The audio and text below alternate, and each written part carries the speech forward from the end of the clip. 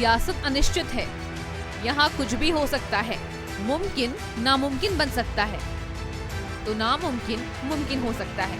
कुछ भी कभी भी हो सकता है। सियासी पार्टियां ऐसी संभावना को बखूबी जानती है, पहचानती है। अब सियासत की इसी खास विशेषता से वाकिफ होते हुए पार्टियों ने बीजेपी की मजबूत किला बुंदेलखंड की 19 विधानसभा सीटों पर अपनी नजरें गड़ा दी है। वैसे देखा जाए तो सियासत के मिजाज की तरह बुंदेलखंड के लोगों का मिजाज भी कुछ ऐसा ही रहा है कि वो किसी एक दल का होकर नहीं रहा। हालांकि बुंदेलखंड के लोगों ने बीएसपी को भी कभी ऊंचाइयों पर बिठाया तो कभी सपा को खासी तवज्जो मिली। 2012 के विधानसभा चुनाव में सपा 5, बसपा 7, कांग्रेस 4 और बीजेपी ने 3 सीटें जीती थी। उसके बाद से 2 लोकसभा और 1 विधानसभा चुनाव में बीजेपी का यहाँ डंका बजा है। पिछले 7 साल से पूरा बुंदेलखंड बीजेपी का मजबूत गढ़ बना हुआ है। 2017 के विधानसभा चुनाव में बीजेपी ने बुंदेलखंड की सभी 19 सीट 1 लाख से लेकर 15,000 तक के अंदर से जीती है। लिहाजा इस बार भी सबसे ज्यादा चुनौती बीजेपी के सामने ही होगी। यही वजह है कि 2022 के चुनाव से पहले प्रधानमंत्री नरेंद्र मोदी और मुख्यमंत्री योगी आदित्यनाथ कई चुनावी सौगातों के साथ यहां कई बार दौरा कर चुके हैं।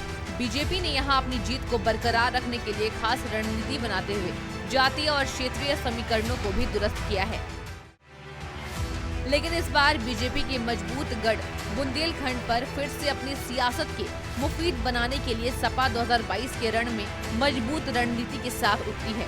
अखिलेश यादव ने यहां पूरा फोकस करते हुए अपनी विजयी रथ यात्रा का पहला चरण कानपुर बुंदेलखंड में गुजारा और अब 5वें चरण में भी वो अपनी रथ यात्रा लेकर इस इलाके में घूमते रहे। वहीं एक वक्त बीएसपी मजबूत किला रहा। बुंदेलखंड जहां अब इसकी धमक कुछ कमजोर सी हुई है, फिर भी बसपा यहां प्रबुद्ध सम्मेलन कर अपनी सक्रियता बढ़ाई है। कांग्रेस महासचिव प्रियंका गांधी ने पिछले महीने ही चित्रकूट जाकर चुनावी अभियान चलाया। बुंदेलखंड में पिछड़ा और दलित बाहुल्य इलाका है, जहां किसान काफी गरीब हैं। विकास बड़ा मुद्दा है। सूखा पड़ जाना, छुट्टा जानवर, गरीबी और पलायन यहाँ बड़ी समस्या रही है।